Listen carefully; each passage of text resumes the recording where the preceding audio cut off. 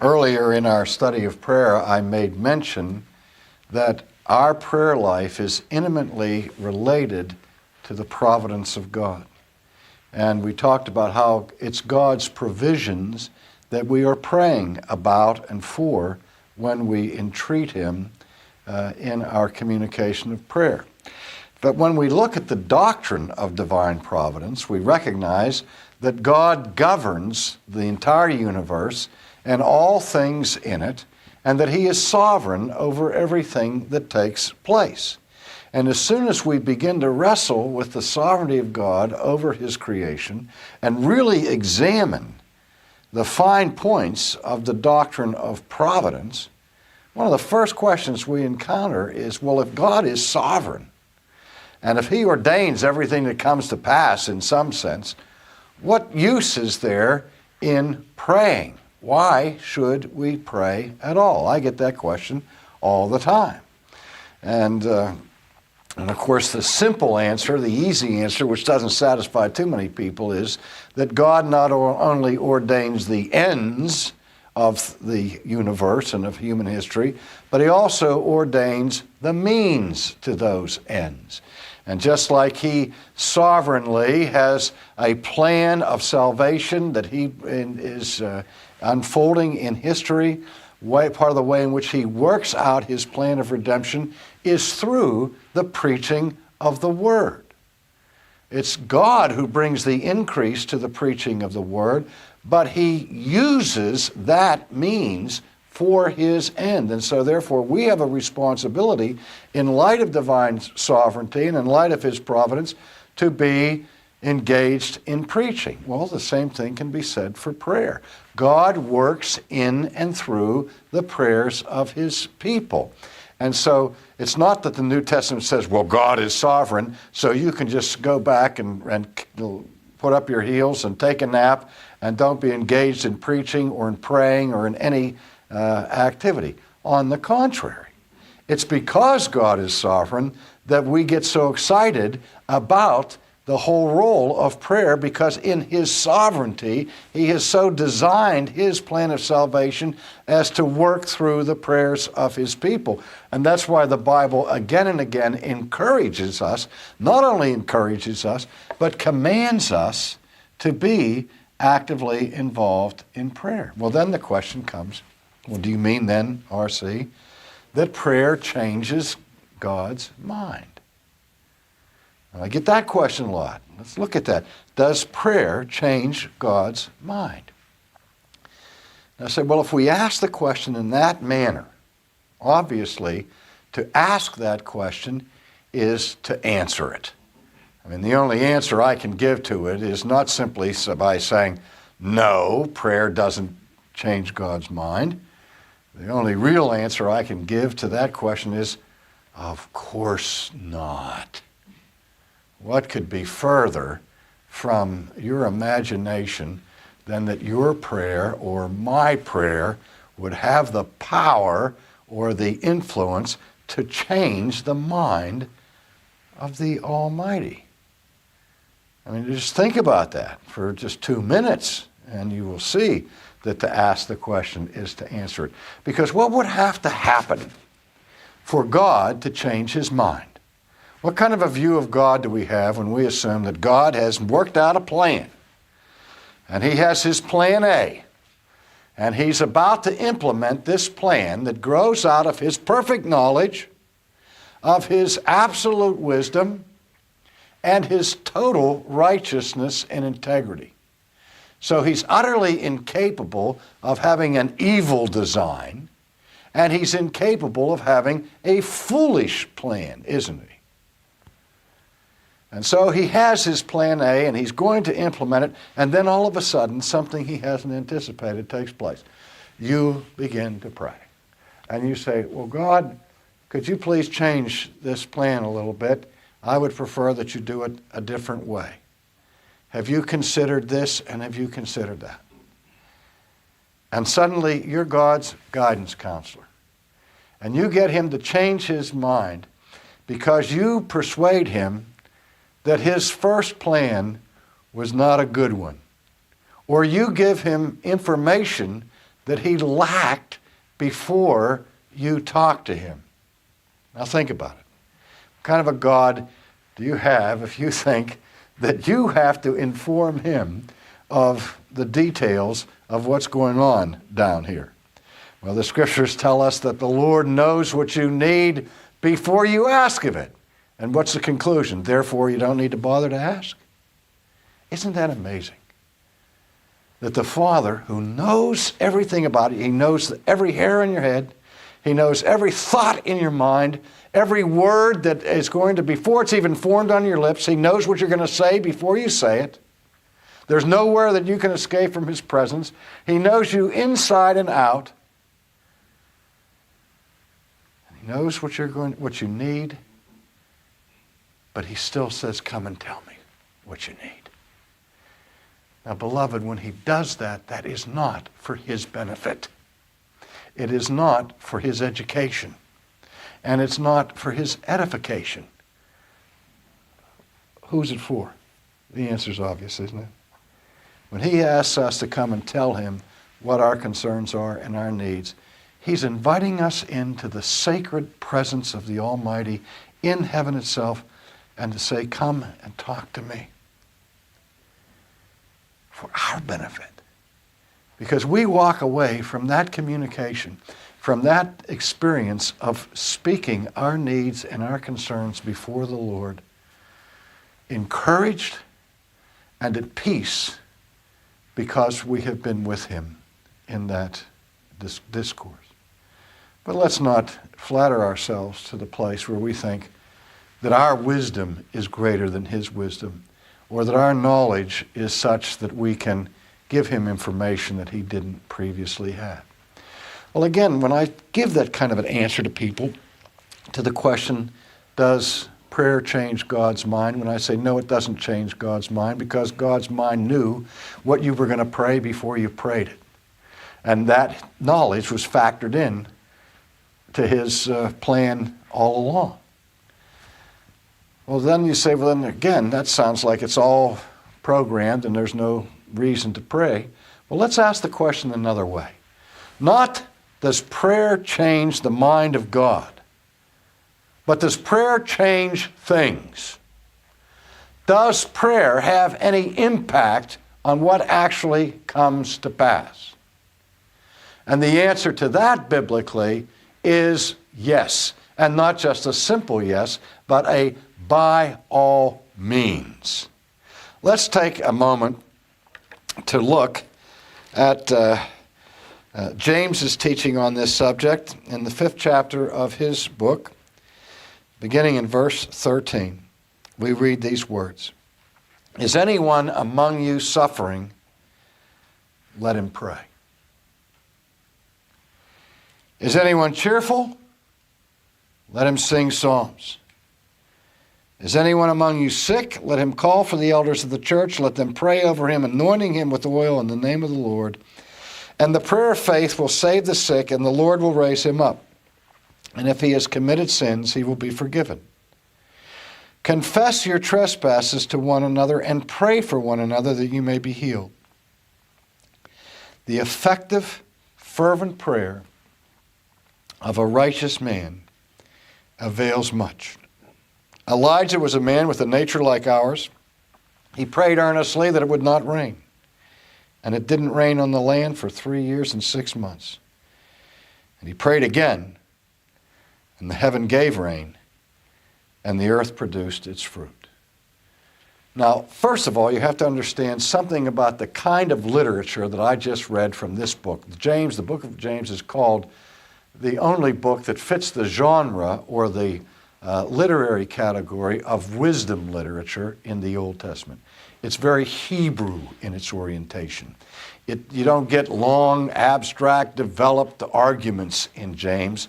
Rather, you get, for the most part, aphorisms, short, pithy statements that incorporate truths that are given without all the detailed qualifications that you might find in the didactic literature, for example, in the style of the Apostle Paul.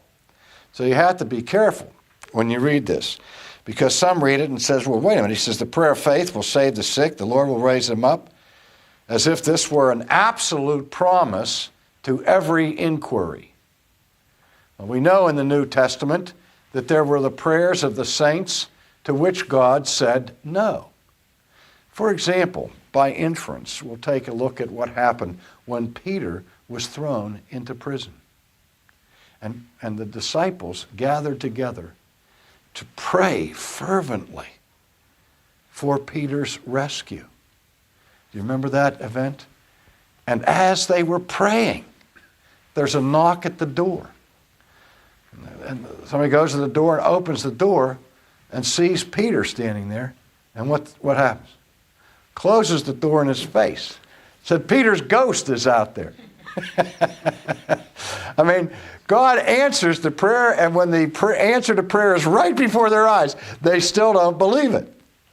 But there's where we see how the early church prayed for the release of Peter, and God answered that. But the same narrative tells us about the martyrdom of James. Are we to believe that the church, that the early leaders of the church didn't pray for James? We're told about, in Paul's epistles, of those who had been sick and had not been healed. Even Paul talked about how he had prayed several times for relief from the thorn of the flesh, whatever that was.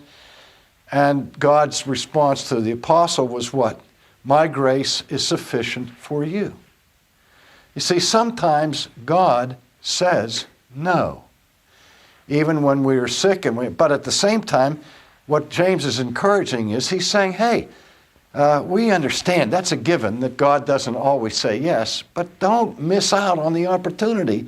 Pray for the sick, pray for those who suffer, because God does answer those prayers. God does heal the sick. He does relieve our suffering. But it's not cast as an absolute guarantee. If that were the case, I mean, keep in mind that every Christian who lived in this world before, let's say, just to be on the safe side, 1880 has died. Because Christians die. Not just unbelievers, but Christians die. And when Christians get sick, there are always Christians that pray for Christians that get sick. And at some point, the Christians die. And that was true of every apostle in the New Testament. There is no absolute guarantee that Christians are going to escape suffering, pain, and disease, and so on. We know that. But nevertheless, we still are to be encouraged because there's a massive impact from that prayer that God does at times heal people and restore them and also alleviates their suffering. Sometimes he says yes, sometimes he says no. Now, one of the things that's really misappropriated from this text is that James said it's the prayer of faith that will save the sick. And so we've had a whole theology emerge in the popular culture associated with so-called faith healing. So that if you are not rescued from your malady and delivered from your disease, then obviously the problem is you didn't have the faith.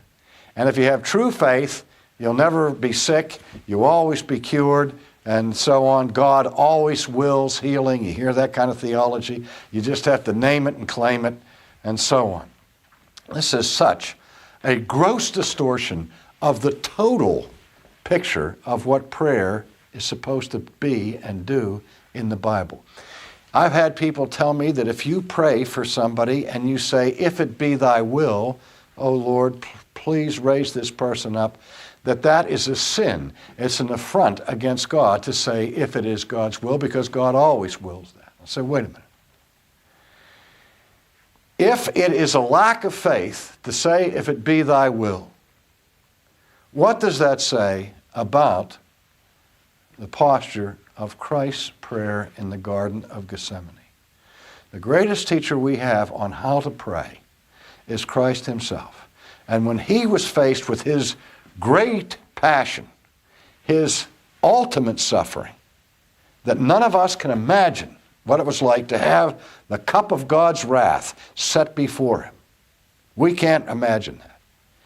And he in agony, sweating beads of blood, is on his face before God in the Garden of Gethsemane, and he says, "O Lord, if it be thy will, let this cup pass from me." Was that an act of unbelief on Jesus' part? By no means. And he hastened to add, "Nevertheless, not my will, but your will be done," which is also mentioned by James, those two little words, Deo volente. Don't say that you're going to do something next week or next month or next year without saying at the same time, Deo volente. God willing, I will see you next week. But God may not be willing. God may take me between now and then. Or God may put me on my back and incapacitate me so that the plans that I have prepared for next week will not come to pass. Because God doesn't will it. And you see, faithful prayer, true faith, what faith is in its essence is trust. And the prayer of faith is a prayer that trusts God for the outcome. Even if he says no. That's what Jesus teaches us in Gethsemane. Nevertheless, not my will, but thine be done. So that if you want me to take that cup, I'm going to trust you while I'm drinking the cup. That's the posture of Job. Though he slay me, yet will I trust him. And so again, we go back to the principle, the premise I've been repeating, that when we pray, remember who it is we're talking to. Remember who it is whose will is sovereign. And God's will does not always agree with my will. And aren't you glad? Because if it did, that would make me God. And I guarantee you, I would be an extremely poor substitute for the one who already holds that position. All right. So saying if it be thy will is not an act of unbelief, it is an act of trust. Trusting in God and in his will. Nevertheless, having said all of that, again, James will not allow us to retreat into fatalism, where we just say, que sera, sera, what will be, and I don't have to be engaged in serious prayers. But he goes on to say, the fervent, effectual prayer of a righteous man avails what? Everything? No, but it avails much. And that answers the question, does prayer change things? Yes. A whole lot of things. Does it avail for anything? Yes, it avails much. But again, he doesn't say the cavalier, casual, insipid prayer of an unrighteous person avails much. It's the fervent prayer that avails. And the fervent prayer of a righteous person relatively speaking. So what about fervency?